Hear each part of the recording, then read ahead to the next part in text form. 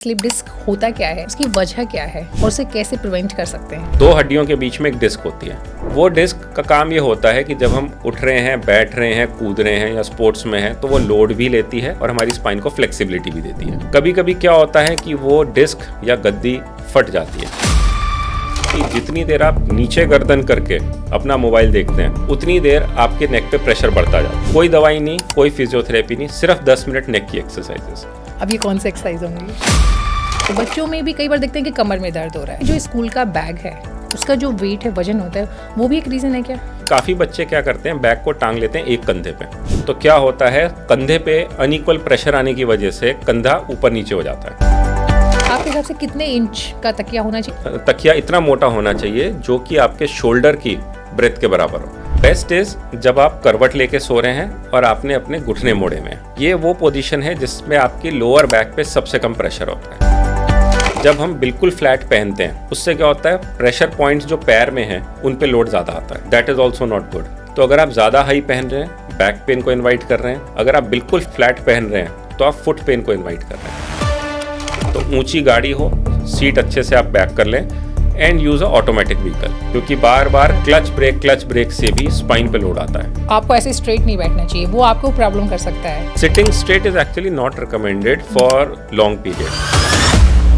हमारी स्पाइन पे सबसे कम प्रेशर होता है जब हम सीधा लेटे हुए हैं, और सबसे ज्यादा प्रेशर होता है कि जब मैं बैठा हूँ और आगे झुका हुआ हूँ। कितने केस ऐसे होते हैं जहाँ पे कि सर्जरी की जरूरत पड़ती है? स्पाइन की अच्छी बात यह है कि 97% पेशेंट जो हैं वो मेडिसिन, एक्सरसाइज, फिजियोथेरेपी से ठीक हो जाते हैं। लोगों को लगता है कि आपने एक बार स्पाइन को अगर टच कराया तो आप कभी भी वापस नॉर्मल लाइफ की तरफ नहीं जाएंगे। Spine surgery has actually become very safe and it has become very successful. Cramps के रीजन क्या है? I would say concentrate on your electrolytes. उसमें सिंपल ORS का घोल पानी में डाल के पीना इज गुड इनफ। अगर हम बिस्तर पे ही लेटे हैं पूरे दिन, that is first of all not a treatment for back pain. अगर आप ही के मूवमेंट से, हल्की फुल्की एक्सरसाइज से आपका बैक पेन बढ़ रहा है तो इसका मतलब something is terribly wrong with your body. कि जिस मोमेंट पे आपको बैक पेन होता है उस मोमेंट पे क्या चीजें हैं जो आपको करनी चाहिए, क्या चीजें जो बिल्कुल नहीं करनी चाहिए?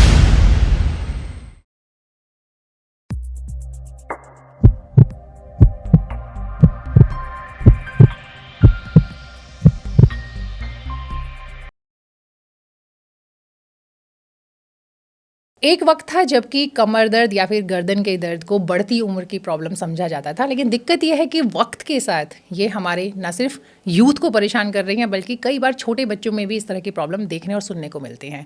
तो आज का हमारा पॉडकास्ट इसी बारे में है। आज हमारे साथ हैं डॉक्टर हिमांशु त्यागी। सर, बहुत बहुत स्वागत है आपका। Thank you madam, thanks for having me here. Thank you so much. Doctor Himanshu senior spine surgeon हैं और बहुत लंबा अनुभव है उन्हें अपने फील्ड का, और फिलहाल डायरेक्टर हैं ऑर्थोपेडिक्स फोर्टिस हॉस्पिटल के साथ। तो वो आज हमें बताएंगे कि हम अपनी कमर की हिफाजत कैसे कर सकते हैं, कौन सी ऐसी गलतियां हम लोग करते हैं जो आगे जाकर कमर दर्द या फिर स्पाइन से जुड़ी हुई किसी भी प्रॉब्लम की वजह बन सकती हैं। तो सर ये बताइए कि क्योंकि पहले मानते थे कि जो आपकी कमर की दिक्कतें हैं या फिर इस तरह से जो भी प्रॉब्लम आपकी बैक में और नेक में आती है वो उम्र के साथ आती है, लेकिन अभी हम देखते हैं कि कई बार छोटे बच्चे, इवन जो स्कूल जाते बच्चे हैं, उनमें भी ये प्रॉब्लम बढ़ रही है कहीं कहीं, और यूथ में तो बहुत ज़्यादा हो गई है, खासकर जो लोग लैपटॉप लेके बैठते हैं। तो क्या लैपटॉप इसकी वजह है? ये बिल्कुल सही बात है। इंडिया में आज की डेट में अगर हम देखें तो करीब 40% यंग लोगों को, यंग की जब हम बात करते हैं तो 35 साल से कम वालों की अगर हम बात कर रहे हैं, 40% लोगों को कभी ना कभी साल में नेक पेन या बैक पेन रहता है। 40% लोगों को। ये मोस्टली वो लोग हैं जिनका सेडेंट्री लाइफस्टाइल है, लैपटॉप बेस्ड जॉब है और हैवी मोबाइल यूज़र्स हैं। जब हम स्कूली बच्चों की बात करते हैं तो मोबाइल यूज़ भी एक तो बहुत बढ़ रहा है आजकल, दूसरा heavy bags, lack of exercise, और अगर हम मेट्रोस की बात करते हैं तो ओबेसिटी, जैसे Delhi is the capital for obesity in children. तो ये सारी चीज़ें हैं जो साथ में मिल के बच्चों को और यंग एडल्ट्स को प्रोन बना रही है बैक और नेक पेन के लिए। इसमें भी अगर हम ऑफिस गोअर्स की बात करें जिनका लैपटॉप बेस्ड वर्क है, तो इंडिया में अगर हम बात करते हैं तो 8 से 10 घंटे तो कहीं नहीं गए लैपटॉप पे काम करने के, किसी भी ऐसे इंसान के जो IT प्रोफेशनल में हो या फिर किसी ऐसी इंडस्ट्री में हो जहाँ पे कि फॉरेन क्लाइंट्स हो। लैपटॉप बेस्ड मीटिंग्स या कोडिंग वाले अगर हम लोगों की बात करें, उनको लंबी कोडिंग करनी है, तो 8 से 10 घंटे अगर आप दिन भर बैठ के लैपटॉप पे काम कर रहे हैं, आपका पॉस्चर अच्छा नहीं है, एक्सरसाइज नहीं कर रहे, स्लीपिंग पॉस्चर अच्छा नहीं है, तो फिर बहुत चांसेस हैं कि आप उन 40% में से हों जिनको कि परसिस्टेंट नेक पेन या बैक पेन परेशान करने लगे। जी, देखिए हम सब बात आपसे करेंगे, ये भी जानेंगे कि किस हालत में जो है बैक पेन बहुत, जिसमें आपको अलर्ट हो जाना चाहिए, कब तक ये है कि आप नॉर्मल घर में आप ट्रीट कर सकते हैं। अगर हम स्पाइन की बात करेंगे तो स्पाइन की सर्जरी तक भी हम बात करना चाहेंगे आपसे, लेकिन सबसे हम करते हैं शुरू से शुरुआत करते हैं, बच्चों की बात करेंगे। तो बच्चों में भी कई बार देखते हैं कि कमर में दर्द हो रहा है। ये तो आपने बताई दिया कि मोबाइल का इस्तेमाल एक बहुत बड़ा रीज़न होता है। आजकल बच्चे भी अक्सर मोबाइल पे लगे रहते हैं, कई बार क्लासेस होती हैं जो लैपटॉप पे होती हैं। बट मुझे लगता है कि जो स्कूल का बैग है उसका जो वेट है, वजन होता है, वो भी एक रीज़न है क्या? बिल्कुल। और वैसे आप देखें तो कुछ स्टेट गवर्नमेंट्स ने इस पर रूल भी निकाले हैं कि अगर 7th क्लास का बच्चा है तो इससे ज़्यादा उसका बैग का वेट नहीं हो सकता, लेकिन ये रूल्स हर जगह फॉलो नहीं होते। Right. और उसमें भी काफ़ी बच्चे क्या करते हैं, बैग को टांग लेते हैं एक कंधे पे। जी जी बिल्कुल। उस एक कंधे पे टांग के वो स्कूल में घूम रहे हैं या अगर घर से स्कूल तक गए हैं तो क्या होता है, कंधे पे अनइक्वल प्रेशर आने की वजह से कंधा ऊपर नीचे हो जाता है। ये वो बच्चे होते हैं जो ज़्यादा प्रोन हैं बैक पेन के लिए या नेक पेन के लिए। उसमें भी अगर बच्चा मोटा है, एक्सरसाइज नहीं होता, किसी तरह का खेलना नहीं है, कोई बैडमिंटन क्रिकेट खेलना कुछ नहीं है, उन लोगों में भी या उन बच्चों में भी बैक पेन और नेक पेन ज़्यादा होते हैं।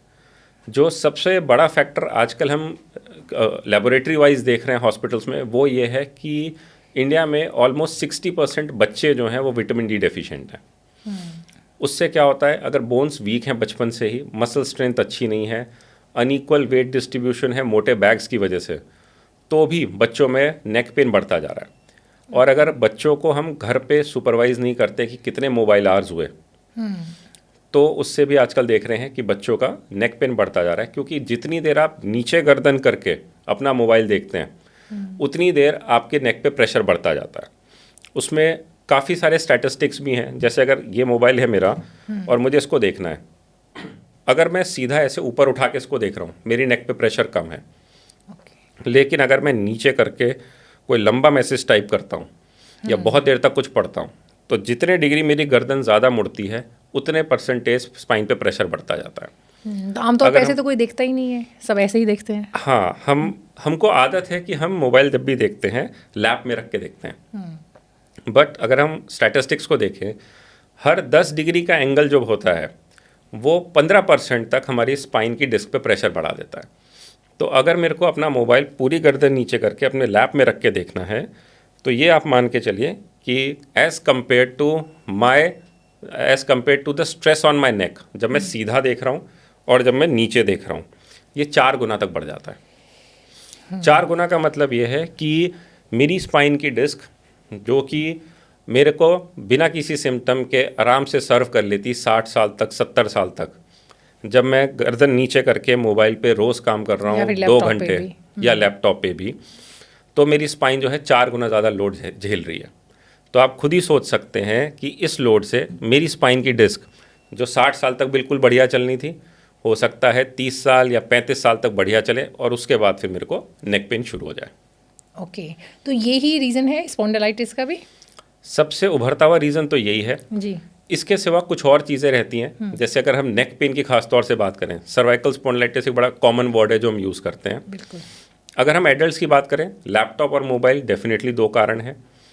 उसके सिवा प्रॉपर पॉस्चर या अगर हम सिटिंग हैबिट्स की बात करें, एक बार में आप कितनी देर बैठ के अपना लैपटॉप यूज़ कर रहे हैं या मोबाइल यूज़ कर रहे हैं, उससे भी फ़र्क पड़ता है।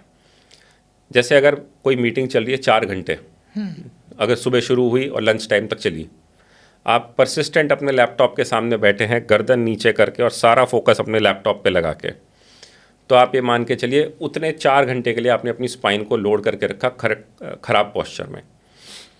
तो लैपटॉप तो यूज़ करना अगर आपकी अनिवार्यता है तो आप उससे भाग नहीं सकते अगर आपका प्रोफेशन है, लेकिन आप पॉस्चर सुधार सकते हैं। इसके साथ में आप हर थोड़ी देर में अगर ब्रेक लेते हैं, उठते हैं, चलते हैं या किसी भी कारण से अपनी गर्दन घुमाते हैं, राइट लेफ़्ट देखते हैं, ऊपर देखते हैं, तो उतने कुछ सेकंड्स के लिए आप अपनी स्पाइन को अनलोड कर लेते हैं। तो पॉस्चर एक चीज़ है, फ्रीक्वेंट ब्रेक्स एक चीज़ है। इसके सिवा तीसरा आता है रेगुलर नेक एक्सरसाइज। हमारे पास ज़्यादातर जो पेशेंट्स ओपीडी में आते हैं, अभी जैसे थोड़े दिनों पहले एक पेशेंट आया था, सीवियर नेक पेन, अब ऑफिस का काम भी नहीं हो पा रहा है। हमने सिर्फ उसको बोला आपको 10 मिनट एक्सरसाइज दिन में 3 बार करनी है अपनी नेक की, ऑफिस से अपना टाइम निकाल के। और अभी कुछ दिनों पहले वो हमारे पास आए थे, उनका नेक पेन गायब हो गया था। कोई दवाई नहीं, कोई फिजियोथेरेपी नहीं, सिर्फ 10 मिनट नेक की एक्सरसाइजेस। तो अब ये- फ्रीक्वेंट ब्रेक्स विद एक्सरसाइजेज जी। Is the key to prevent any pain because of laptop use. अब आ रहा है मेरा इंपॉर्टेंट क्वेश्चन क्योंकि आपने बता दिया हमें कि सिर्फ कुछ मिनट एक्सरसाइज करके आप या तो प्रिवेंट कर सकते हैं सबसे पहले तो, या फिर अगर हो गया है आपको प्रॉब्लम, पेन हो गया है नेक में, तो आप उसको भी डील कर सकते हैं बिना दवाई, बिना सर्जरी और बिना किसी ट्रीटमेंट के। बिल्कुल। अब ये कौन से एक्सरसाइज होंगी? इसमें दो तरह की एक्सरसाइजेज होती हैं, एक होती है पोस्चर करेक्शन एक्सरसाइजेज, एक होती है strengthening exercises. Normally strengthening exercise की जब हम बात करते हैं तो उसका पर्पस होता है नेक की मसल्स को मजबूत करना, ताकि वो आपकी नेक को होल्ड करके रख पाएँ एक पर्टिकुलर पोस्चर में। उसमें दो तरह की एक्सरसाइज होती हैं, एक होती हैं फ्री एक्सरसाइजेज, जिसमें कि आपको अपनी नेक की मसल्स को चारों डायरेक्शंस में मूव करना है, ऊपर नीचे, रिपीटेड काउंट्स में, जैसे 10 के काउंट में, राइट में भी, लेफ्ट में भी, ऊपर भी, नीचे भी। इसके बाद एक दूसरी एक्सरसाइज आती है जिसमें कि हमें नेक की मसल्स को स्ट्रॉन्ग करना है। जैसे अगर मैंने अपने एक हाथ से नेक को रेजिस्ट किया, मैं अपनी नेक से राइट साइड में जोर लगा रहा हूँ और राइट हैंड से मैं अपने नेक को राइट में जाने से रोक रहा हूँ, तो क्या होगा, मैं इधर दम लगाऊंगा, मेरा हाथ रोकेगा। ओके, तो मेरी ये वाली जो मसल्स हैं ये काम करेंगी जब मैं राइट में कर रहा हूँ या लेफ्ट में कर रहा हूँ। इसी तरह आगे से, इसी तरह पीछे से। ओके, ये कुछ एक्सरसाइजेज होती हैं जिनसे हम नेक की मसल्स को स्ट्रॉन्ग करते हैं। बट हम जब नेक की मसल्स की बात करते हैं हम कभी शोल्डर्स को भूल जाते हैं, क्योंकि ये मसल जिसे हम कहते हैं ट्रेपेजियस, ये नेक और शोल्डर के बीच का एक ब्रिज है। हमें इसे भी मजबूत करना होता है। तो इसकी भी एक सिंपल सी एक्सरसाइज है। जैसे आपने 2 लीटर की पानी की बोतल ली, पानी से भर ली, 2 किलो वेट बन गया, उसको आपने हाथ को नीचे 2 लटका। लीटर लेना है या 1 लीटर? 1 लीटर से शुरू करिए अगर किसी को नेक पेन है। अगर किसी को नेक पेन नहीं है तो 2 लीटर भी आप आराम से उठा सकते हैं।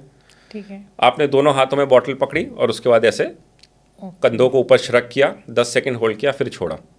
ये बहुत अच्छी एक्सरसाइज है। अगर आप 10 से 15 रिपीटेशंस करेंगे आपकी इन मसल्स को डेवलप करने के लिए, जो कि आपकी नेक को होल्ड करके रखती है जब आप लैपटॉप में लंबा देख रहे होते हैं। इसके सिवा कुछ एक्सरसाइजेज होती हैं जिसको हम पोस्चर करेक्शन के लिए कहते हैं। क्या होता है, जब हम लंबे टाइम तक लैपटॉप पे काम कर रहे हैं झुक के, हमारी नेक आगे ऐसे झुकी रहती है।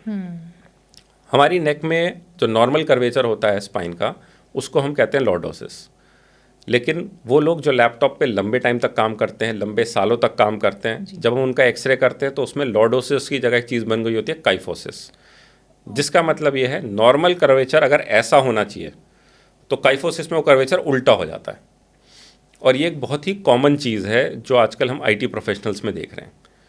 इस सिचुएशन में अगर हमको नेक का कर्वेचर सीधा करना है या नॉर्मल करना है तो हमें नेक को रिवर्स बेंड करना है।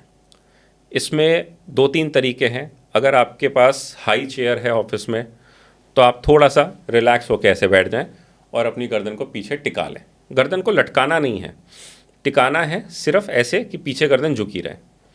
इससे भी आपकी नेक की वो मसल्स या वो कर्वेचर जो आपका ख़राब हो रहा है वो आपका ठीक हो जाएगा।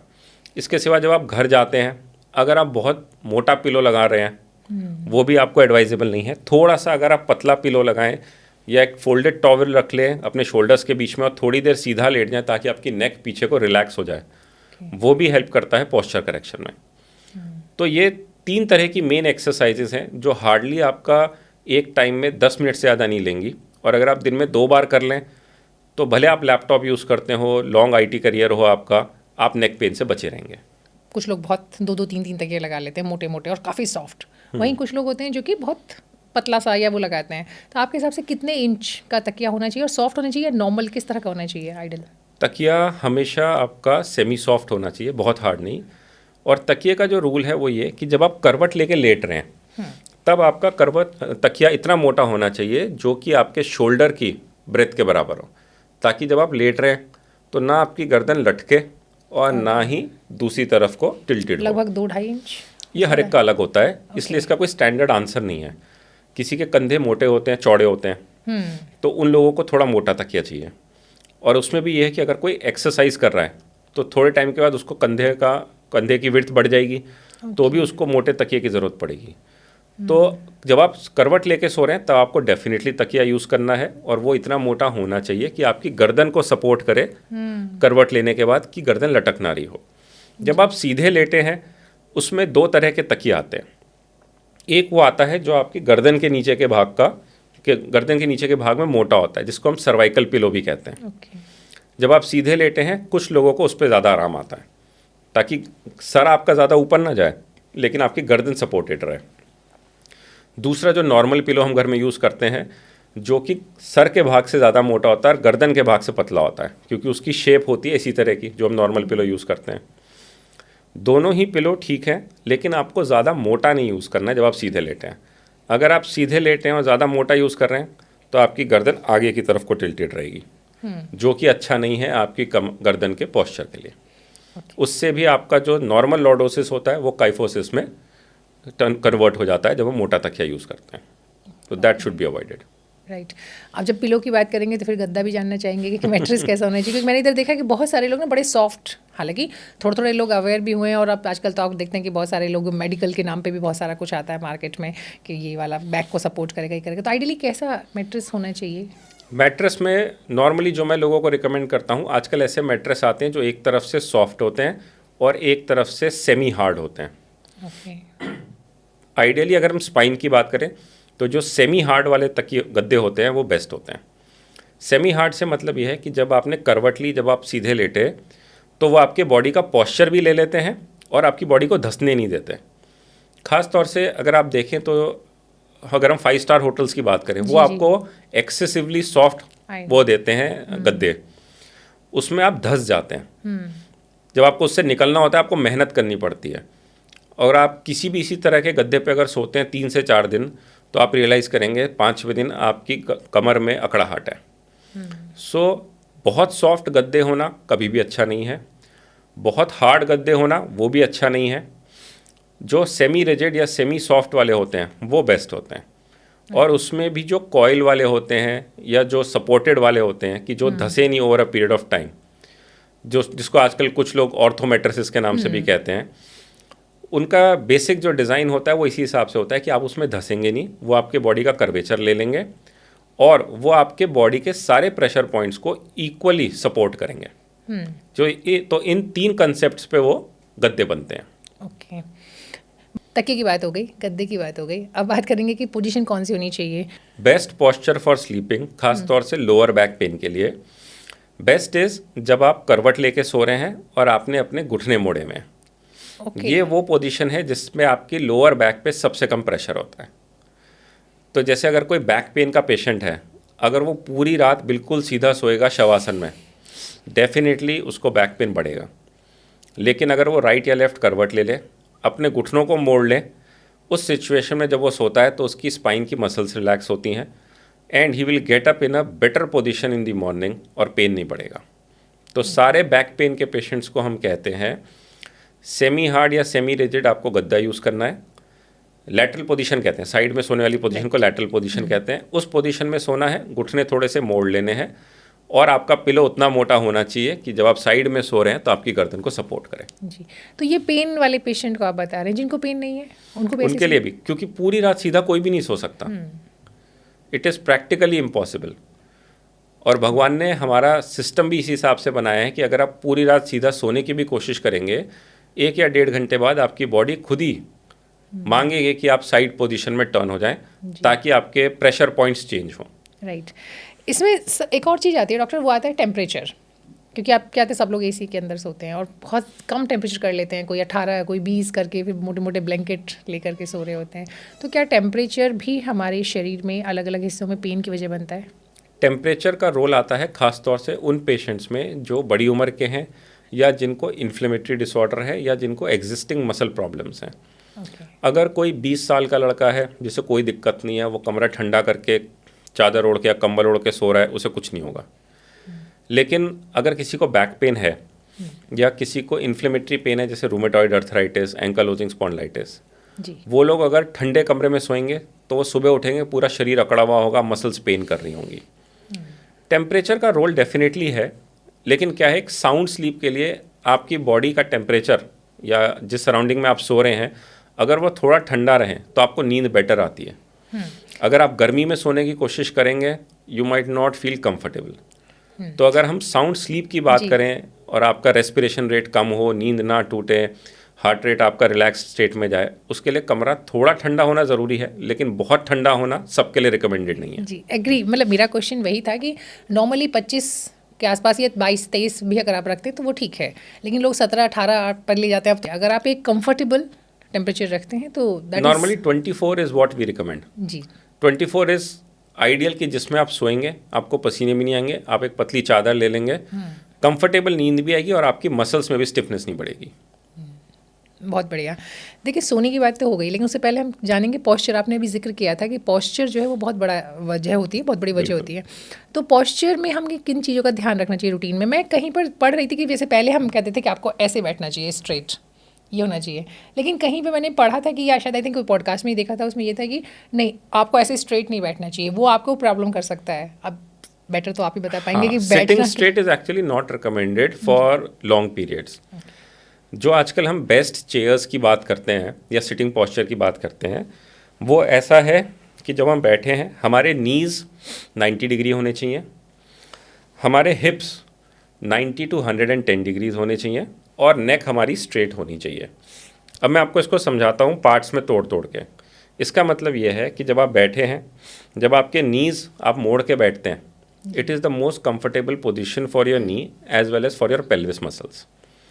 दूसरा, जब हम 110 डिग्री स्लैंट कर रहे होते हैं, 90 degree is not recommended, 110 degree वो पोजीशन है जिसमें आप थोड़ा सा पीछे होकर बैठे हैं।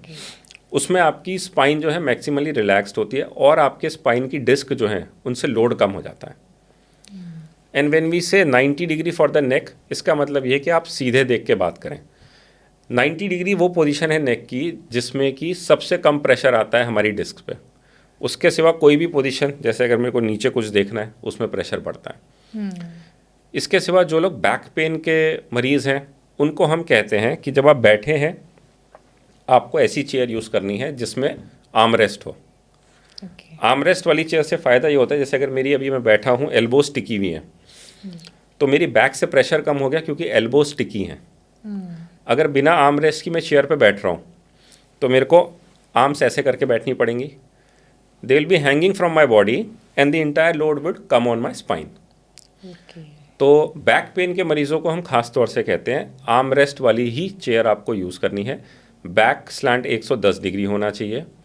उसमें भी जो लंबा टाइम ऑफिस में बैठने वाले हैं, जो प्रोफेशनल अगर चेयर यूज़ करना चाहते हैं, वी से उसमें हेडरेस्ट भी होना चाहिए। A headrest which should be long enough और tall enough to reach to the back of your head, ताकि आप जब रिलैक्स करना चाहें आप आराम से पीछे करके अपनी गर्दन को रिलैक्स कर पाएँ, ताकि आपके नेक का पोस्चर मेंटेन रहे। तो सारी जो ऑफिस चेयर्स होती हैं वो आजकल इसी कंसेप्ट्स पे बनती हैं कि आपकी बॉडी के इन अर्गोनॉमिक्स को मेंटेन कर पाएँ। उसमें जब हम नॉर्मल चेयर की बात करते हैं, जो ऑफिस चेयर नहीं है, या कोई आईटी प्रोफेशनल है जो प्रोफेशनल चेयर नहीं यूज़ कर रहा है ऑफिस चेयर, सोचता है कि मैं नॉर्मल कुर्सी पे बैठ के कर लूँ या डाइनिंग टेबल पे बैठ के कर लूँ। डाइनिंग टेबल पे जब हम बैठते हैं तो क्या होता है, टेबल आगे होती है, डाइनिंग टेबल की चेयर्स जो होती है नॉर्मली उसमें आर्मरेस्ट नहीं होता, फ्लैट होती है नीचे से और पीछे से स्ट्रेट बैक होती हैं, तो हमें झुक के काम करना पड़ता है ऐसे। उसमें दिक्कत ये पड़ती है, जो स्पाइन की अर्गोनॉमिक्स है उसकी जो स्टडीज़ हैं वो ये बताती हैं हमारी स्पाइन पे सबसे कम प्रेशर होता है जब हम सीधा लेटे हुए हैं, मतलब बेड पे लेटे हुए हैं। उससे ज़्यादा होता है जब हम खड़े हुए हैं, उससे ज़्यादा होता है जब हम बैठे हुए हैं, और सबसे ज़्यादा प्रेशर होता है कि जब मैं बैठा हूँ और आगे झुका हुआ हूँ। जैसे अगर मेरे को ये पानी का गिलास भी उठाना है झुक के, तो इस वक्त मेरी स्पाइन पे सबसे ज़्यादा प्रेशर है। और जब मैं इसको अपनी बॉडी के पास ले आऊँगा, आराम से पानी पीऊँगा, अब प्रेशर कम हो गया। लेकिन अगर मुझे प्रेशर और कम करना है तो अगर मैं सीधा खड़ा हो जाऊँगा तो मेरी स्पाइन पे प्रेशर और कम हो जाएगा। मैं लेट जाऊँगा तो प्रेशर सबसे कम हो जाएगा। तो वो सारे ऑफिस सेटिंग्स या घर पे सेटिंग्स, खास तौर से उन लोगों का जिनका वर्क फ्रॉम होम चल रहा है, अगर उसमें उनको आगे झुक के अपने लैपटॉप पे काम करना है, so they are inviting trouble. Back pain भी आने की पूरी उम्मीद है, गर्दन का दर्द आने की भी पूरी उम्मीद है। कई लोग तो बेड पे बैठ के भी कर रहे होते हैं, वो सबसे ही खराब होता है। जी। अच्छा ये बताएं, हाई हील्स तो बहुत फैशन में है आजकल, तो लड़कियां बहुत ऊंची ऊंची हील्स पहनती हैं और काफ़ी लंबे टाइम तक, कुछ तो जॉब्स के अंदर भी पहन के घूम रही होती है 8-10 घंटे। तो क्या हाई हील्स भी एक रीज़न बनता है आगे जाके कमर दर्द का? बिल्कुल, हाई हील्स एक ऐसा रीज़न है जो कि हमारे स्पाइन के कर्वेचर को चेंज करता है। लोअर स्पाइन के, हमारे जो स्पाइन का कर्वेचर है that is not designed for high heels as such. तो वो प्रोफेशनल रिक्वायरमेंट्स जहाँ पे कि लेडीज़ को हाई हील्स पहननी है ऑन ड्यूटी, उन सभी लोगों को हम देखते हैं कि थोड़े टाइम के बाद they start developing lower back pain. So high heels overall are not recommended. For some special occasion अगर किसी को पहननी है बिल्कुल पहन ले, लेकिन पहनने के बाद जब ज़रूरी नहीं है उसको आपको बिल्कुल अपने लाइफस्टाइल से हटा देना चाहिए. ख़ास तौर से मोटे लोगों में या मोटी फीमेल्स में जिनका पेट भी बाहर है, अगर सेंट्रल ओबेसिटी है और वो हाई हील पहन रहे हैं, लंबे टाइम तक पहन रहे हैं, then they are inviting back pain. Okay ये बताएं सर कि अगर मान लीजिए हाई हील तो आप बता रहे हैं कि नहीं पहनना है, एकदम फ्लैट जैसे कि मैंने पहने हुए हैं, इस तरह के सैंडल्स या शूज़ या बेलीज पहनना चाहिए, वो रिकमेंडेड होता है या फिर थोड़ी सी हील हो, कौन सा बेटर है? थोड़ी हील होनी चाहिए और उसमें भी फोम वाली हील होनी चाहिए. जब हम बिल्कुल फ्लैट पहनते हैं उससे क्या होता है, प्रेशर पॉइंट्स जो पैर में हैं उन पे लोड ज़्यादा आता है. That is also not good. तो अगर आप ज़्यादा हाई पहन रहे हैं बैक पेन को इनवाइट कर रहे हैं, अगर आप बिल्कुल फ्लैट पहन रहे हैं तो आप फुट पेन को इनवाइट कर रहे हैं. तो बेस्ट शूज़ वो होते हैं जिसमें कि थोड़ी हील हो, फोम वाली हो, ताकि आपका पैर वेल सपोर्टेड भी रहे और आपकी स्पाइन जो है उसका नॉर्मल कर्वेचर भी उससे डिस्टर्ब ना हो. देखिए सर, हमने प्रिवेंशन पे बात कर ली. अब अगर एक बार पेन आ ही गया, चाहे हम नेक की बात करें या बैक की बात करें, तो फिर कब होता है जबकि आपको लगता है कि आप ट्रीटमेंट की ज़रूरत है, और कब है कि जब हम बिना ट्रीटमेंट के भी इसे ठीक कर सकते हैं, या है कि हाँ ठीक है रिकवरी हो जाएगी? इसमें 3 हमारे पास पॉइंट्स होते हैं जिनको हम रेड फ्लैग साइन कहते हैं कि जब आपको ट्रीटमेंट कराना ही कराना है. एक तो कोई भी नेक पेन या बैक पेन जो महीने से ज़्यादा चल रहा हो. दूसरा, कोई भी ऐसा पेन जिसके साथ में बॉडी में कहीं पे सुन्नपन, भारीपन आ रहा हो, या बॉडी का कोई ऑर्गन पैरालिसिस की तरफ जा रहा हो. जैसे अगर किसी को नेक पेन है 1 महीने से, अचानक सुबह उठा रियलाइज़ किया राइट हैंड सुन्न हो गया या राइट हैंड की उंगलियां नहीं चल रही, तो ये एक इमीडिएट साइन है कि आपको डॉक्टर को दिखाना है. पर ये तो ज़्यादा हो गया ना, शायद इससे पहले जाना चाहिए. हाँ, ये बट वो साइंस है कि जब जाना ही जाना है. और तीसरा साइन वो होता है जब आपको समझ नहीं आ रहा है कि what is triggering your pain. आप पेन किलर खाए जा रहे हो और आपको किसी भी तरह के होम रेमेडी से आराम नहीं मिल रहा. काफ़ी बार हम ये भी देखते हैं कि लोग होम रेमेडीज़ करते रहते हैं and they come to the doctor when things are really bad. तो वो उस सिचुएशन में जब डॉक्टर के पास वो आते हैं, कितनी बार हम स्कैन करके देखते हैं तो हमें पता चलता है चीज़ बहुत बिगड़ गई.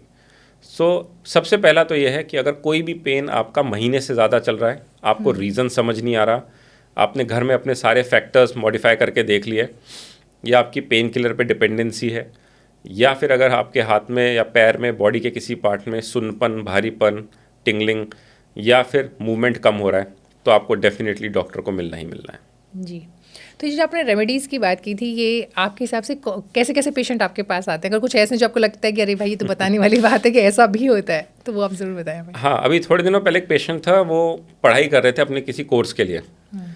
तो वो एग्ज़ाम से 2 दिन पहले मेरे पास आए कि अब उनको सीवियर पेन हो रहा है बैक में और ऐसा लग रहा है कि शायद एग्ज़ाम भी नहीं दे पाएंगे, और वो महीनों से इसी एग्ज़ाम की प्रिपरेशन कर रहे थे. उनको बैठे बैठे एक तो वेट बढ़ गया, बहुत महीनों से पढ़ाई कर रहे थे उस एग्ज़ाम की, कोई एक्सरसाइज नहीं करते थे, खाने पीने सोने का कोई स्केड्यूल नहीं था उनका, और कभी लैपटॉप पे पढ़ रहे हैं, कभी किताबों पे पढ़ रहे हैं, कभी फ़ोन पे पढ़ रहे हैं, घर में गलत गलत पोस्चर्स में. तो उनका ये हाल कुछ महीनों से चल रहा था. उनको एग्ज़ाम से 1.5-2 महीने पहले सिम्टम्स आने शुरू हुए सीवियर बैक पेन के. मेडिसिन्स खाई, इग्नोर किया, पढ़ते रहे. अब जब वो हमारे पास आए उस दिन उनका इतना बुरा हाल था कि वो खड़े होकर बाथरूम भी नहीं जा पा रहे थे. उस सिचुएशन में उन्होंने आके बोला कोई वंडर मेडिसिन दे दो मुझे जिससे मैं ठीक हो जाऊं और परसों एग्ज़ाम दे आऊं. तो उस सिचुएशन में जो लोग हमारे पास आते हैं तो हम सबसे पहले उनको ये पूछते हैं कि आपने 1-1.5 महीना या 2 महीना किया क्या घर में अपने लिए. तो ज़्यादातर लोग ये कहते हैं कि हमने सिकाई करी, हम बिस्तर पे लेटे रहते थे और हमने किसी भी तरह का मूवमेंट अवॉइड किया कि पेन ठीक हो जाए. तो ये 3 ऐसी चीज़ें हैं जो हर कोई करता ज़रूर है, लेकिन क्या ये सही है कि नहीं, आज हम उसकी भी बात करते हैं. बिल्कुल बिल्कुल. अगर हम बिस्तर पे ही लेटे हैं पूरे दिन, that is first of all not a treatment for back pain. आजकल कोई भी सीवियर से सीवियर बैक पेन हो, अगर आपने 2 दिन बेड रेस्ट लेके देख लिया, it is not going away, you should definitely see a doctor. उसके सिवा अगर आप ये सोच रहे हैं कि एक्सरसाइज ना करें उससे पेन बढ़ रहा है, तो इसका मतलब ये है कि वो एक इनडायरेक्ट इंडिकेशन है बॉडी का कि बॉडी आपकी लोड लेने को रेडी नहीं है. अगर आप ही के मूवमेंट से, हल्की फुल्की एक्सरसाइज से आपका बैक पेन बढ़ रहा है, तो इसका मतलब something is terribly wrong with your body. तो एक्सरसाइज ना करके बिस्तर पे लेट गए और सिकाई पे सिकाई किए जा रहे हैं ये सोच के कि आपका पेन ठीक हो जाएगा, that is actually not a remedy. कितने पेशेंट हमारे पास आते हैं उनकी पीछे की स्किन जल गई होती है सिकाई कर करके, हॉट वाटर बॉटल लेके सुबह से बैठ जाते हैं, अपना पीछे लगा लेते हैं बैक में और अपना जो काम कर रहे हैं वो करते रहते हैं। पीछे की स्किन काली पड़ गई होती है, उसमें क्रैक्स पड़ गए होते हैं। हमारे पास उस सिचुएशन में जब वो आते हैं उनका सिर्फ एक यही होता है कि एक ऑफिस की मीटिंग अर्जेंट है, शाम को मुझे शाम तक के लिए ठीक कर दो। तो कभी कभी लोग होम रेमेडीज़ घर पे ज़्यादा कर लेते हैं। Pain killer dependency is of course one thing कि जो इंडिया में थोड़ी ज़्यादा है। उसके सिवा जो नेचुरल पेन किलर है, जैसे कुछ लोग क्या करते हैं कि कहते हैं कपूर लगाने से फ़ायदा होता है। कपूर जो होता है कैम्फर, हाँ, तो वो कहते हैं कि कपूर को क्रश करके गरम उसके साथ तेल के साथ लगाने में फ़ायदा होता है। तो ये सारी बहुत सारी होम रेमेडीज़ हैं जो लोग करते हैं बैक पेन के लिए। They are useful to some extent, but अगर कोई भी पेन आपका परसिस्टेंट है then you should go and see a doctor. Home remedies help करती हैं बट नॉट ऑलवेज। अगर एक बार पेन आ जाता है तो इमीडिएटली क्या करना चाहिए? अगर इमीडिएट पेन है, जैसे आप सुबह उठे, कोई सूटकेस आपने उठा लिया, अचानक कमर में झटका आ गया, उस सिचुएशन में सबसे पहले तो आपको लेट जाना चाहिए। लेटने का सबसे अच्छा तरीका है एक तरफ करवट लेके घुटनों को मोड़ के, ताकि आपकी कमर रिलैक्स हो।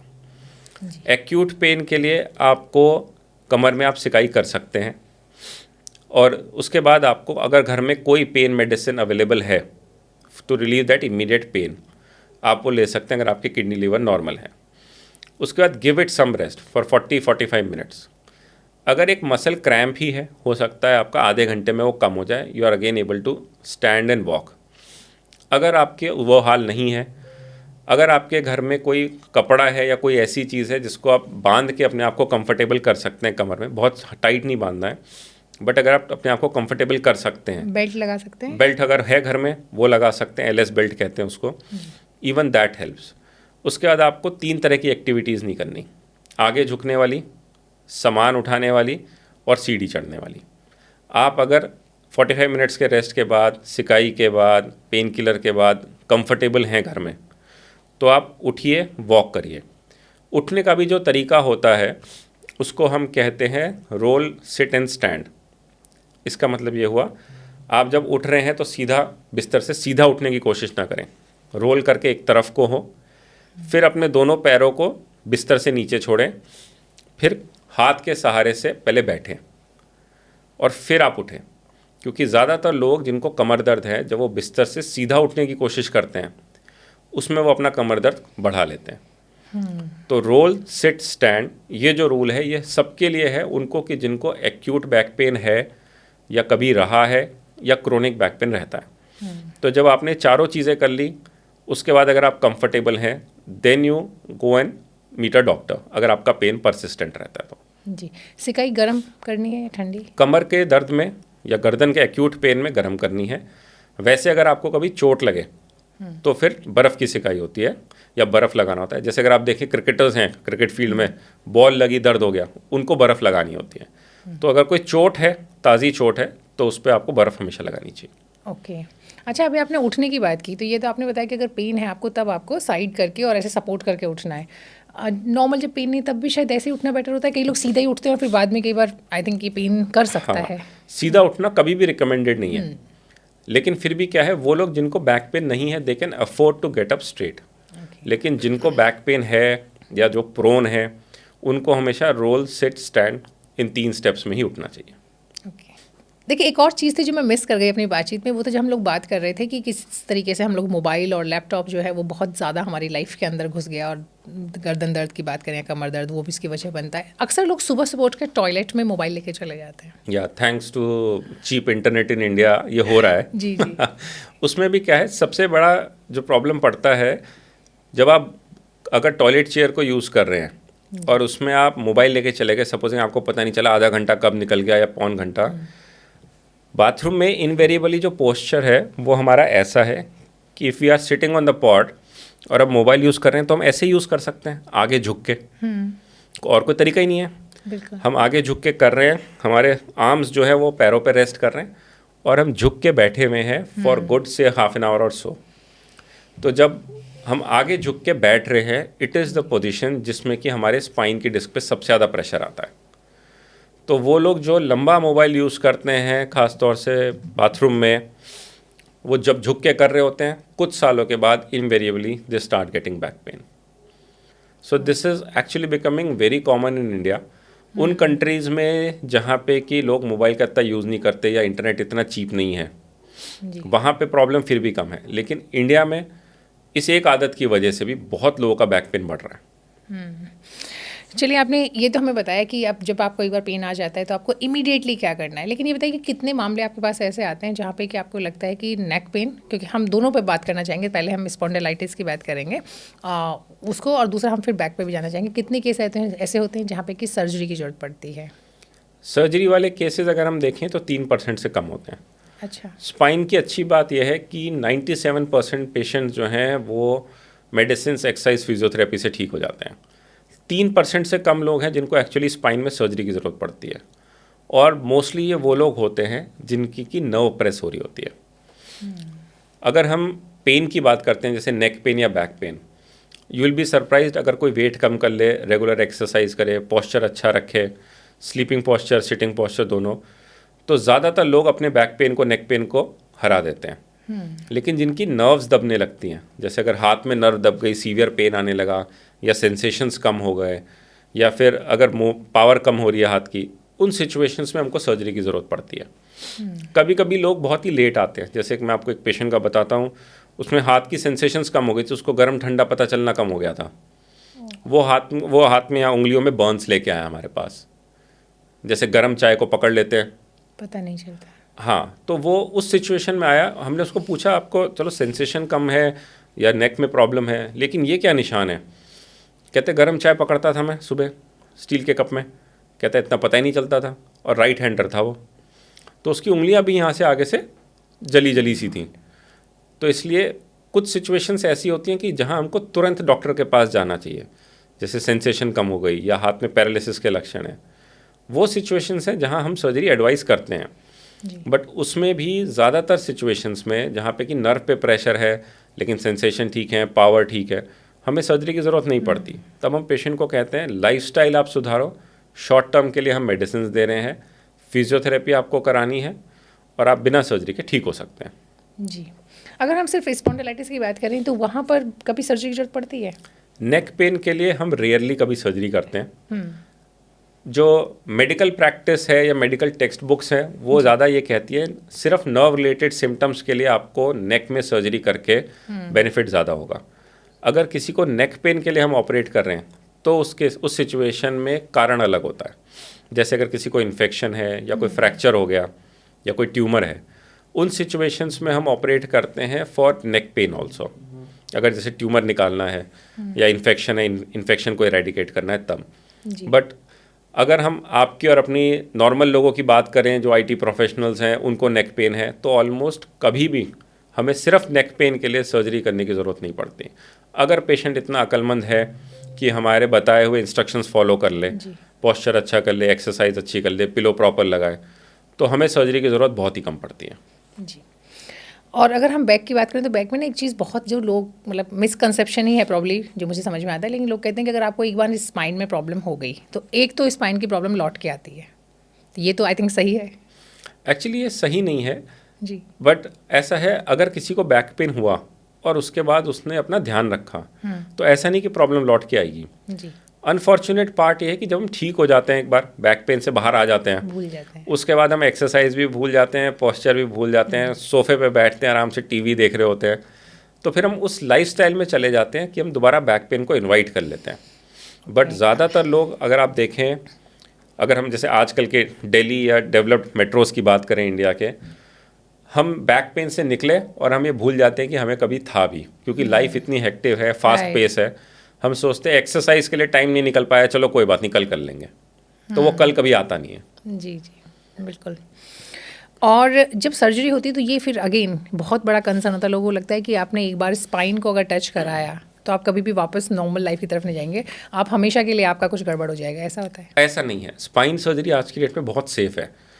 उसका कुछ कारण ये भी है कि जो टेक्निकल एडवांसमेंट्स हैं वो काफ़ी अच्छे हुए हैं।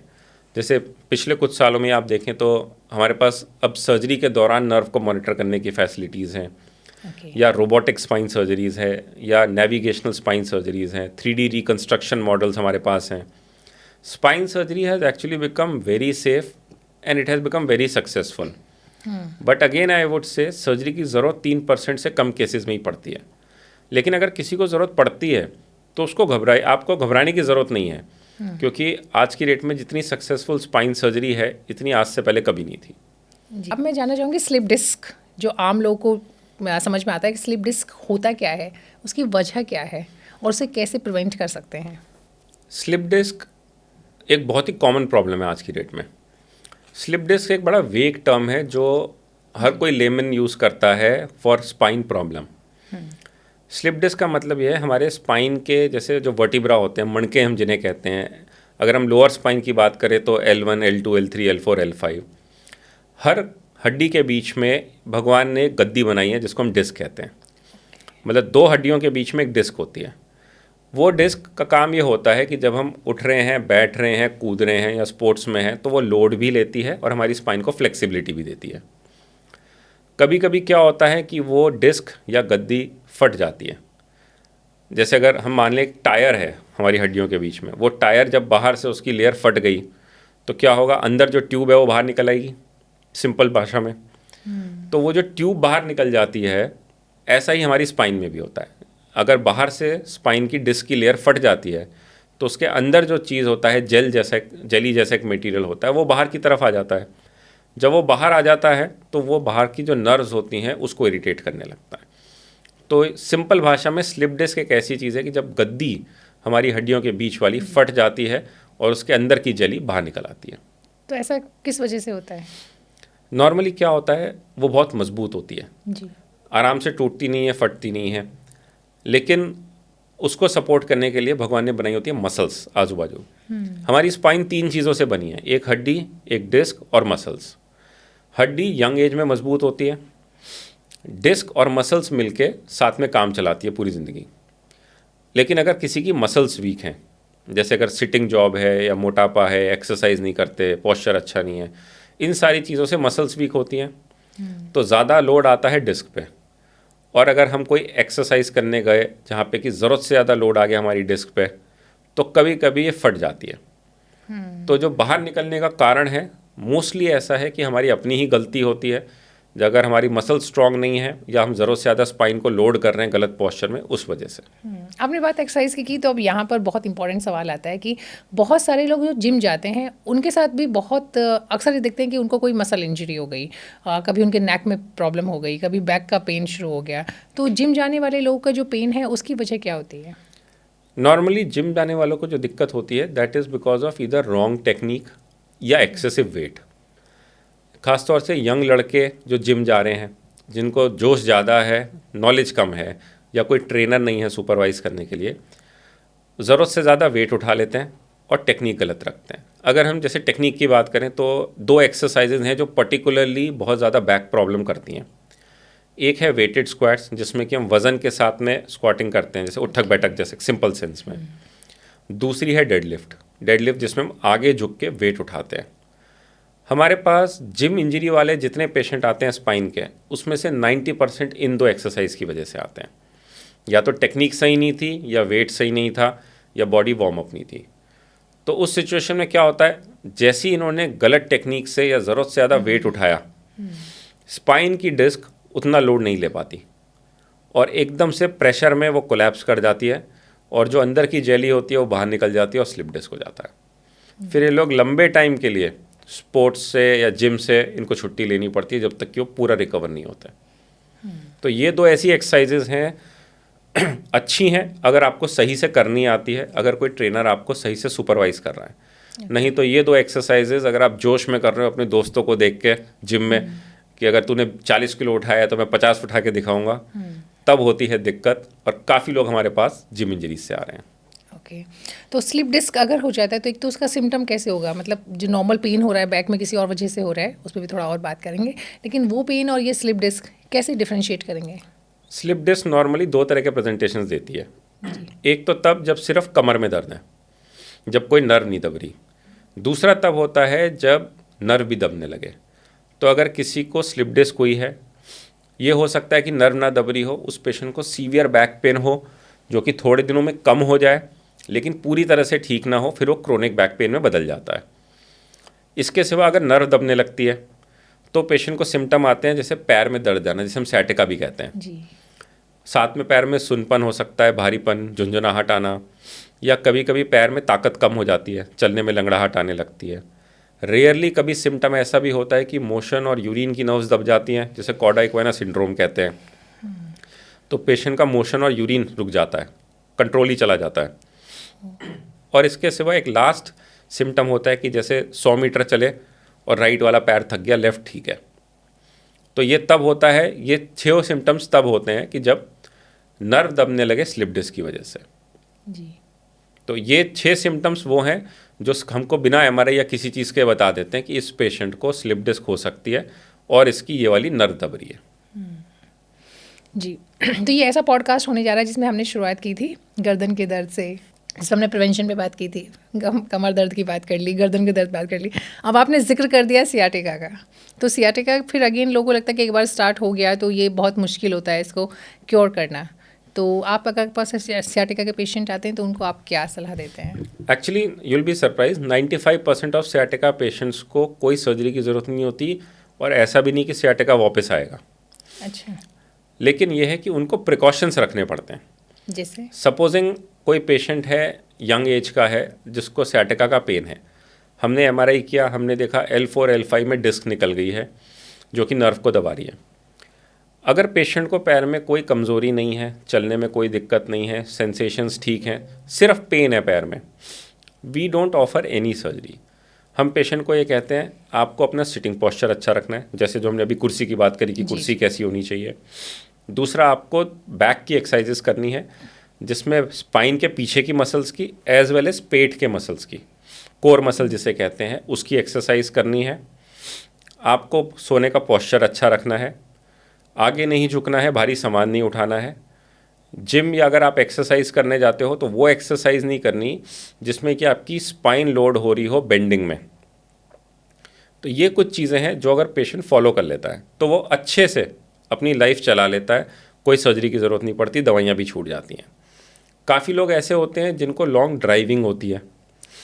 अगर लॉन्ग ड्राइविंग है किसी की, खास तौर से ट्रैफिक में, जैसे कोई दिल्ली में अगर रहता है, ट्रैफिक जैम्स में 2-2 घंटे की ड्राइव है, कभी कभी कुछ छोटी चीज़ें भी हेल्प कर जाती हैं। जैसे हम कहते हैं आप अपने बैक का स्लैंट, जो गाड़ी की जो सीट है, ड्राइवर सीट, थोड़ा सा आप स्लैंट ज़्यादा करके रखो so that you are comfortable पीछे 110 या 120 डिग्रीज पे, डोंट सिट स्ट्रेट।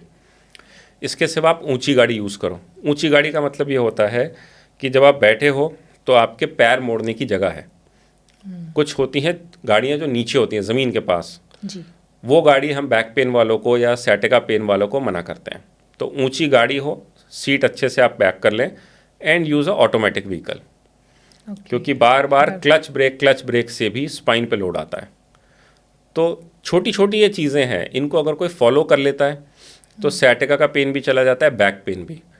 बट अगर कोई इनको इग्नोर करता है और किसी को स्लिप डिस्क ऑलरेडी है तो जैसी एक्सरसाइजेस कम करी या पोस्चर अच्छा नहीं रखा या ड्राइविंग शुरू कर दी ज़्यादा, उन सिचुएशंस में बैक पेन वापस आ जाता है। तब लोगों को ये मान्यता हो गई है कि बैक पेन तो कभी जाता ही नहीं है। तो इसलिए it is very much like taking your diet regularly. आपको ज़िंदा रहने के लिए रोज़ खाना खाना ज़रूरी है। तो अगर आपको सैटिका बैक पेन से छुटकारा चाहिए तो रोज़ 10 मिनट की एक्सरसाइज ज़रूरी है। जी।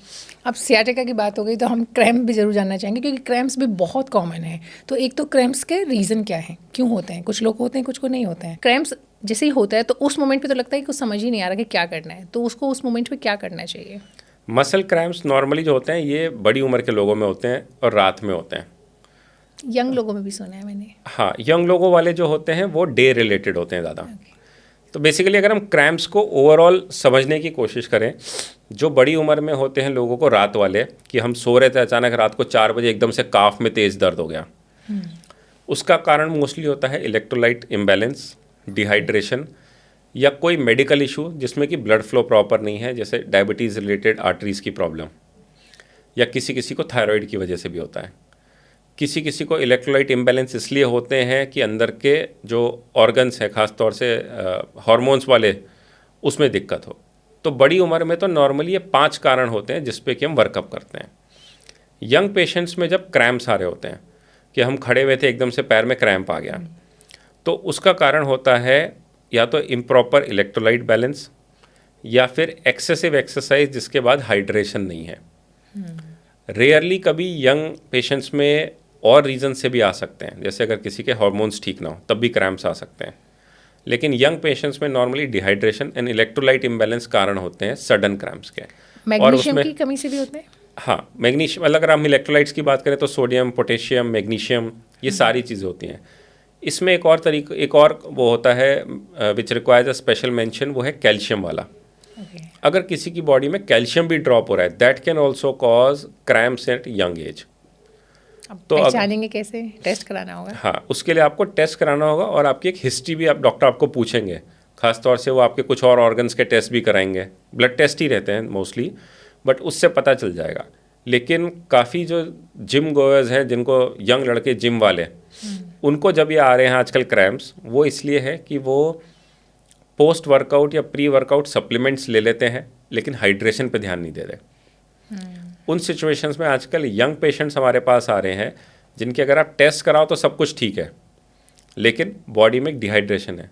उसका एक रीज़न ये भी रहता है कि जैसे अगर दोस्तों के साथ रात को पार्टी करी जिसमें अल्कोहल लिया और अगले दिन सुबह वो जिम गए, उसके बाद भी क्रैम्प्स बहुत कॉमन है।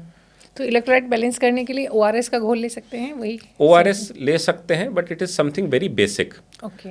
खास तौर से अगर कोई ऐसा है जो रेगुलर एक्सरसाइज कर रहा है और हीटेड, मतलब नॉट कोल्ड एनवायरनमेंट में, टेम्परेचर कंट्रोल्ड एनवायरनमेंट नहीं है, उनको जो पोस्ट वर्कआउट इलेक्ट्रोलाइट ड्रिंक्स आ रही हैं जिसमें कि सब कुछ है थोड़ा थोड़ा, जैसे विटामिन सी भी है, कैल्शियम भी है और मैग्नीशियम भी है, सोडियम भी है, पोटेशियम भी है, क्लोराइड भी है, इस तरह की जो ड्रिंक्स हैं जो कि खास तौर से बनी उन लोगों के लिए जो हैवी वर्कआउट कर रहे हैं और हो सकता है टेम्परेचर कंट्रोल्ड एनवायरनमेंट में ना कर रहे हो, जहाँ पसीना ज़्यादा आता है, वहाँ पे इस तरह की ड्रिंक्स जो हैं वो ज़्यादा हेल्पफुल है। इसमें मैं एनर्जी ड्रिंक्स को रिकमेंड नहीं कर रहा हूँ, मैं सिर्फ उन ड्रिंक्स की बात कर रहा हूँ जो आपके लॉस्ट इलेक्ट्रोलाइट्स और वाटर को रिप्लेनिश कर रही हैं।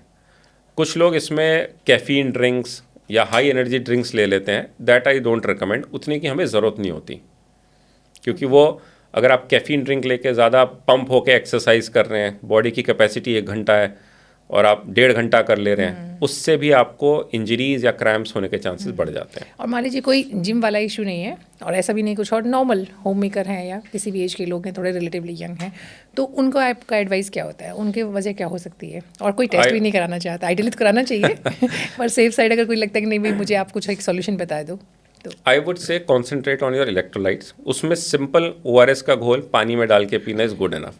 अगर उसी से आपके क्रैम्प्स इंप्रूव हो जा रहे हैं या ठीक हो जा रहे हैं, फिर आपको भले टेस्ट ना कराओ तो चलता है।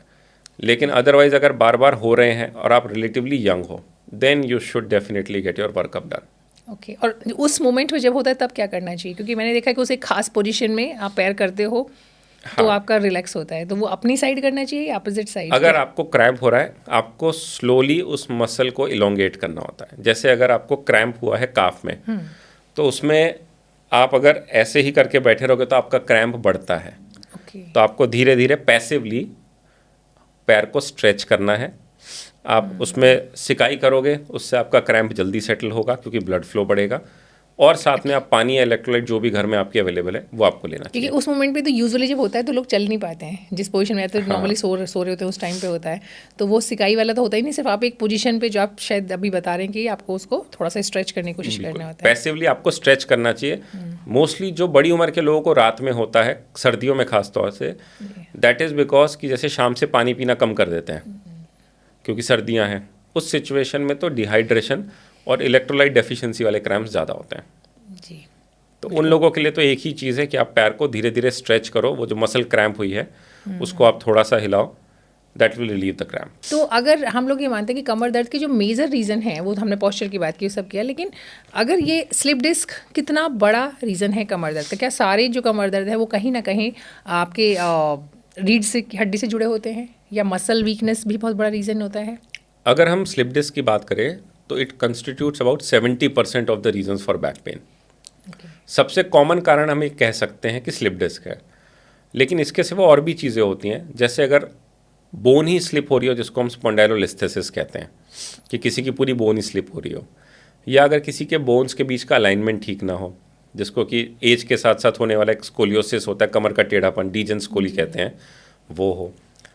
यंग एज में अगर हम देखें तो मसल वीकनेस सबसे बड़ा कारण है, पुअर पॉस्चर सबसे बड़ा कारण है, लेकिन हर एज के हिसाब से अलग अलग कारण होते हैं।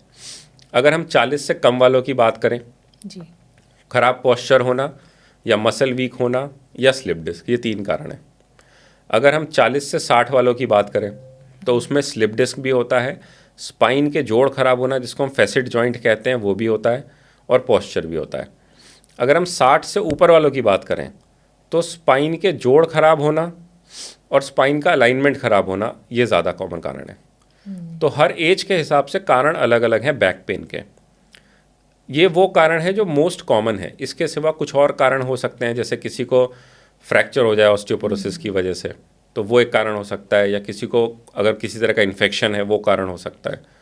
बट ओवरऑल हम ये देखें कि अगर हम हर चीज़ को ही back pain because of slip disc label कर दें तो वो गलत है। ज़्यादातर बैक पेन जो होते हैं वो मॉडिफाइबल फैक्टर्स की वजह से होते हैं, जिनको कि पेशेंट खुद ठीक कर सकता है, लेकिन हम अपने बिजी स्केड्यूल में या थोड़ी लापरवाही कह लीजिए, हम उस पर काम नहीं कर पाते, तो हम हर चीज़ को कहते हैं कि मेरे को स्लिप डिस्क हुई थी 40 साल पहले, अभी तक उसी का दर्द है। जी, बिल्कुल। अब 5 ऐसी हैबिट या 5 ऐसी चीज़ें आप हमारे साथ शेयर करें जो कि आपके स्पाइन की हेल्थ को दुरुस्त रखेंगे, मतलब स्पाइन को एकदम फिट एंड फाइन रखेंगे। बिल्कुल, 5 चीज़ों का ध्यान हमेशा रखना चाहिए। एक तो आपका पॉस्चर, जिसमें सिटिंग पॉस्चर भी है और स्लीपिंग पॉस्चर भी। दूसरा अपना वेट, आपको अपना वेट कंट्रोल में रखना है। जितना आपका वेट कम रहेगा, स्पाइन पे लोड कम आएगा, उतनी आपकी स्पाइन अच्छी रहेगी। तीसरा एक्सरसाइज। एक्सरसाइज की जब हम बात करते हैं तो आपको कोर मसल स्ट्रेंथनिंग एक्सरसाइज जो पेट की हैं वो, बैक मसल्स एक्सरसाइज वो करनी है, प्लस नेक की एक्सरसाइज। चौथी चीज़ आती है आपको अपना स्मोकिंग और अल्कोहल कंट्रोल करना है। स्मोकिंग एक ऐसी चीज़ है जो कि आपका ब्लड फ्लो कम करती है स्पाइन में। जैसे अगर हमारी डिस्क की हम बात करें तो स्मोकिंग का प्रूवन रिसर्च में आउटकम ये है कि जो लोग स्मोक करते हैं उनकी डिस्क जल्दी ख़राब होती है, ज़्यादा ख़राब होती है, और रिकवरी के चांसेस कम हो जाते हैं। तो वो लोग जो हैवी स्मोकर हैं वो लोग डेफिनेटली ज़्यादा प्रोन है बैक पेन के लिए, नेक पेन के लिए, क्योंकि स्मोक जो है या मतलब टोबैको कंजप्शन वो हमारी डिस्क को ख़राब करता है। इसके सिवा चीज़ आती है, आपको जब कोई काम करना है तो उसका पोस्चर आप कैसा रख रहे हैं। सपोजिंग जैसे अगर आप जिम में जा रहे हैं तो आपको जो जिम के प्रिकॉशंस है जो मैंने बताया, टेक्निक और आपका अपना वेट, मतलब आपका स्टेमिना कितना है, आपकी एंड्योरेंस कितनी है, उस हिसाब से आप जाने तभी वो एक्सरसाइजेस करें। तो ये 5 चीज़ें हैं जो ओवरऑल अगर आप फॉलो कर लेंगे तो अगर आपको बैक पेन है आप उसको ठीक कर सकते हैं, फ्यूचर में ना हो ये भी पॉसिबल है। लेकिन अगर आप इन 5 चीज़ों को इग्नोर करेंगे और आप ये सोचेंगे कि मैं दवाइयाँ खा लूँ या सर्जरी तो ऑप्शन है ही, तो फिर उसका कोई इलाज नहीं है। तो सबसे ज़रूरी है आपका पॉस्चर, फिर आता है आपका वेट, फिर आता है एक्सरसाइजेस, फिर आता है स्मोकिंग एंड अल्कोहल, और लास्ट है आपकी टेक्निक कोई भी काम करने की। सपोजिंग आपको जिम में उठ के, जिम में अगर वेट ही उठाना है, डेडलिफ्ट करनी है, स्क्वाट्स करना है, वो चीज़ें आपको ध्यान रखनी है।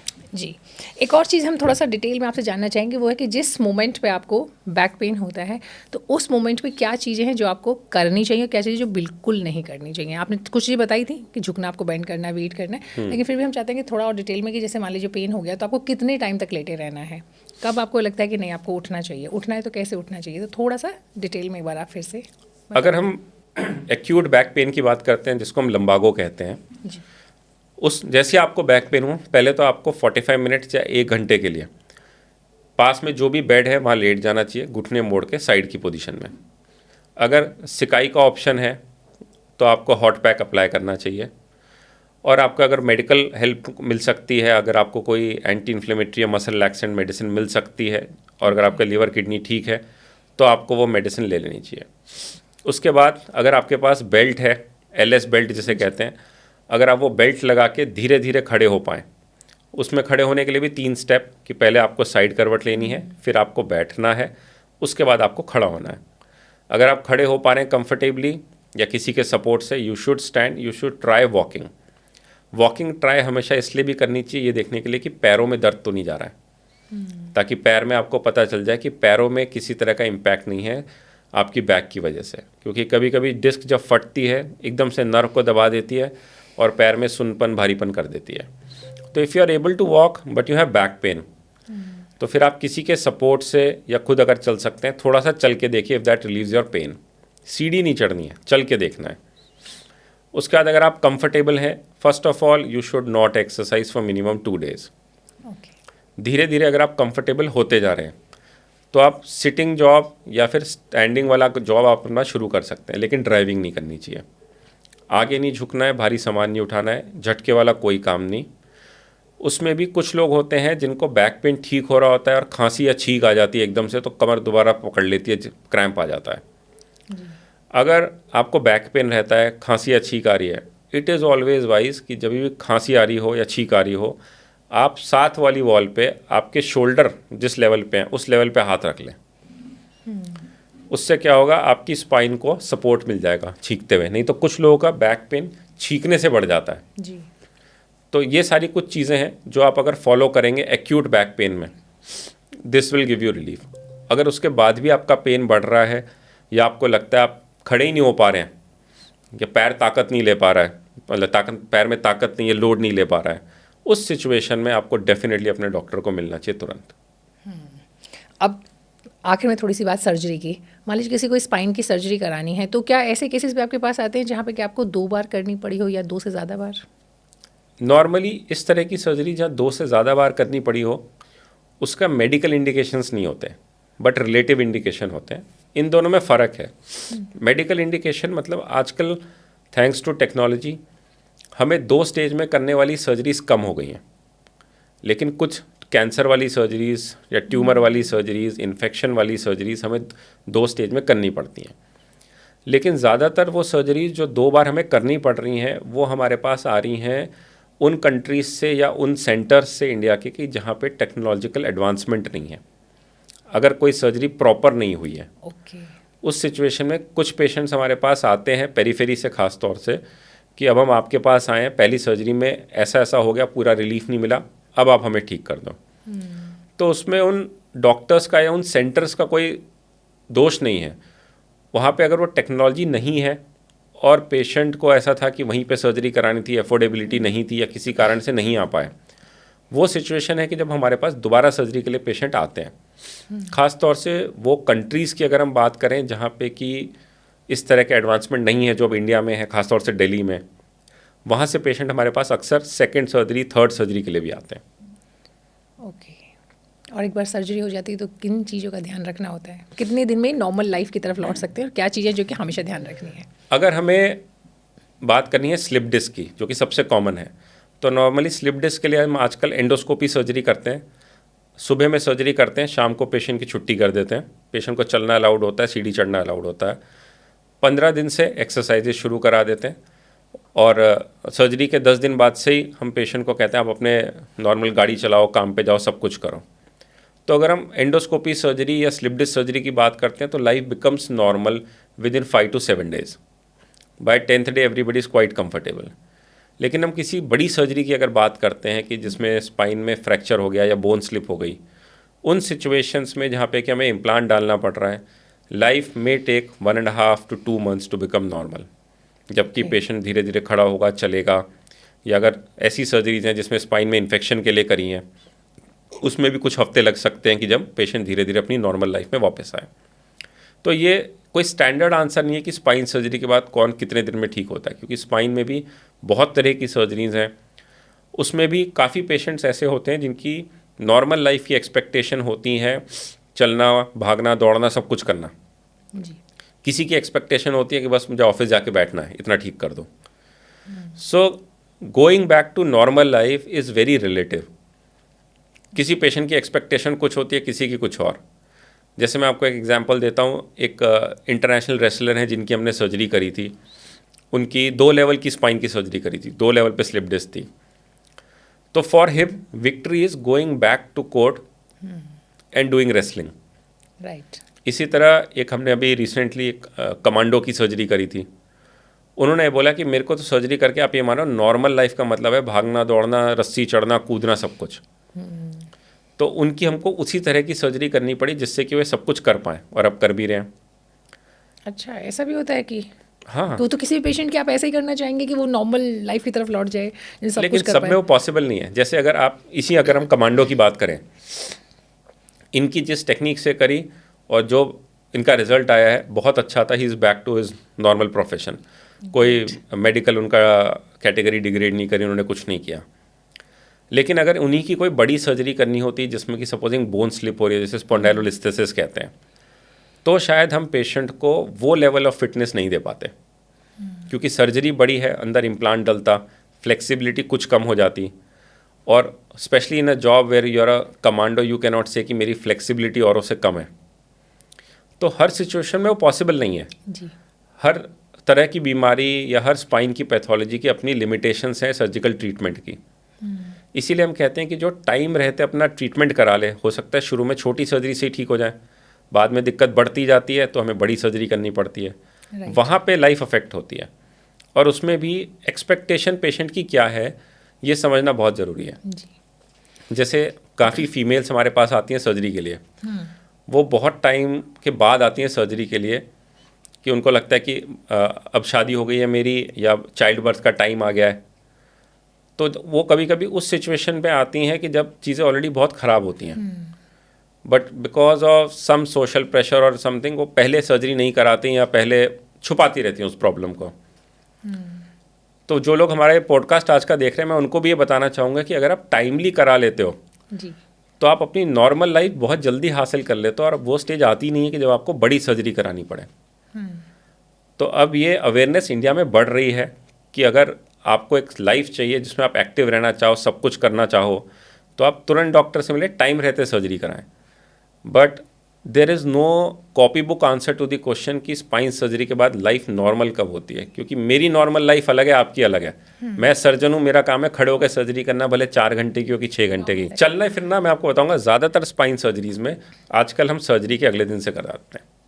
लेकिन व्हेन वी से कि चलना फिरना, उसमें भी यह है कि अगर किसी को यह है कि घर है 3rd फ्लोर पे सीढ़ी चढ़ के जाना है रोज़, तो उसके लिए चलना फिरना, इसका मतलब यह है कि मैं इतना फिट कब होऊंगा कि मैं 3 फ्लोर अपने घर सीढ़ियाँ चढ़ के चला जाऊँ।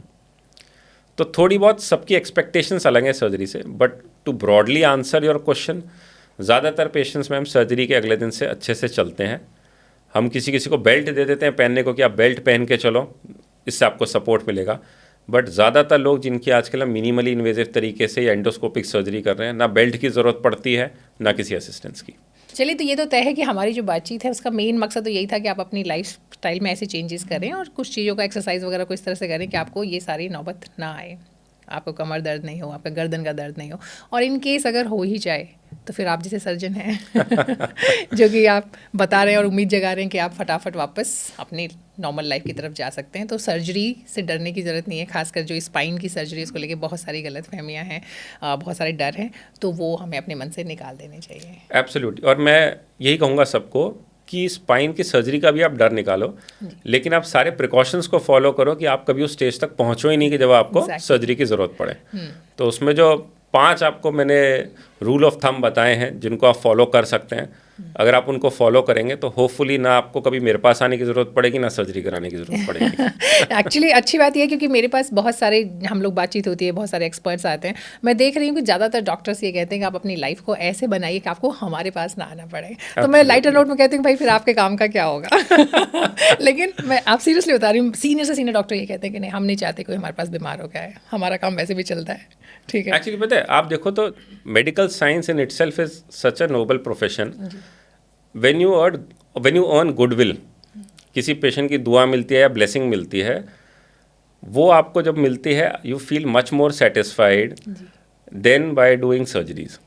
जैसे मेरे ओपीडी में अगर आप देखें तो काफ़ी पेशेंट्स ऐसे हैं कि जो जैसे दवाई से या एक्सरसाइज से ठीक हो गए, वो जब आके कहते हैं कि बेटा तेरी दवाई खाई हम ठीक हो गए, अब बिल्कुल ठीक है, अब गाँव जा रहे हैं हम हमारे, तो you feel good about it. तो आपको ऐसा नहीं है कि हमेशा आपको एक सर्जन को यही लगता है कि मेरी ओपीडी में सारे सर्जिकल पेशेंट्स ही आने चाहिए।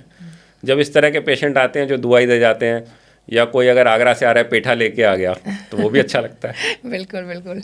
चलिए, जो हमें पूरी उम्मीद है कि जो हमारे पॉडकास्ट में बात हुई है उसका भी फ़ायदा बहुत सारे लोगों को होगा। बहुत बहुत Definitely, शुक्रिया, thank you so much. Thank you.